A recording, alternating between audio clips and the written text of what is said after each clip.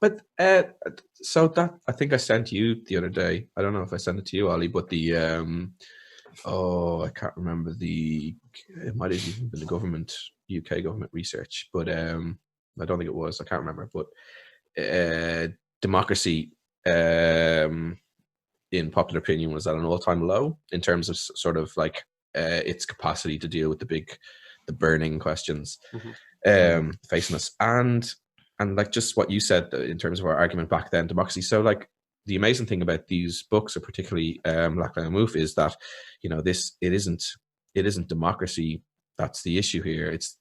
It's the I don't know. I'm sure I've said this in the other chats, but like the sort of the historic situation where liberal elements of Europe and America and democratic elements came together to defeat the authoritarian elements and combined in an awkward the hell's it called, an awkward arrangement with one another in the post-war period to ensure that we wouldn't have that existential threat to our society rear its head again. But in the interim, that liberal element, or a certain specific aspect of that liberal element, and this is the story that I started this off with, hegemonized its position. That here you have two equal and awkward bedfellows, and slowly but surely one of them's just rolling over in the bed and taking up more space, to the point where like they go full scale attack on their bedfellow, starting with Thatcher and Reagan and increasing continuously whether left or right governments were in place.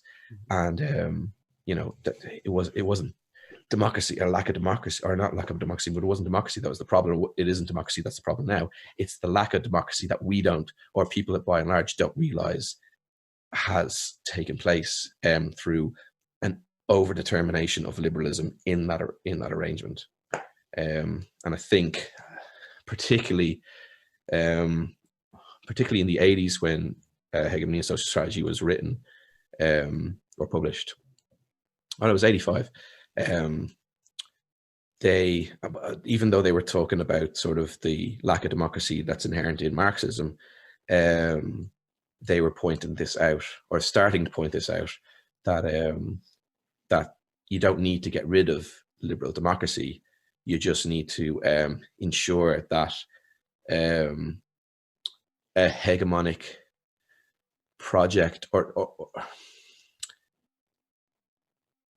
you just need to acknowledge that it is a hegemonic project, and that they frame it in terms of the values in a liberal democracy is liberty and equality, the two conflicting factors, and everything in terms of probably what the majority of people in Europe and America believe in, everything can be determined in terms of a ratio between those two things. So the politics that needs to happen, which hasn't happened because of an incredibly powerful hegemonic situation through neoliberalism, all that needs to happen is that contingency of power needs to be recognized.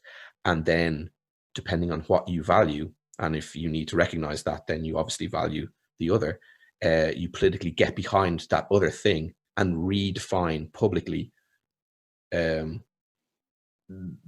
benefits, but not in a rational way. They emphasize the fact that this is an emotional, affective register, like that.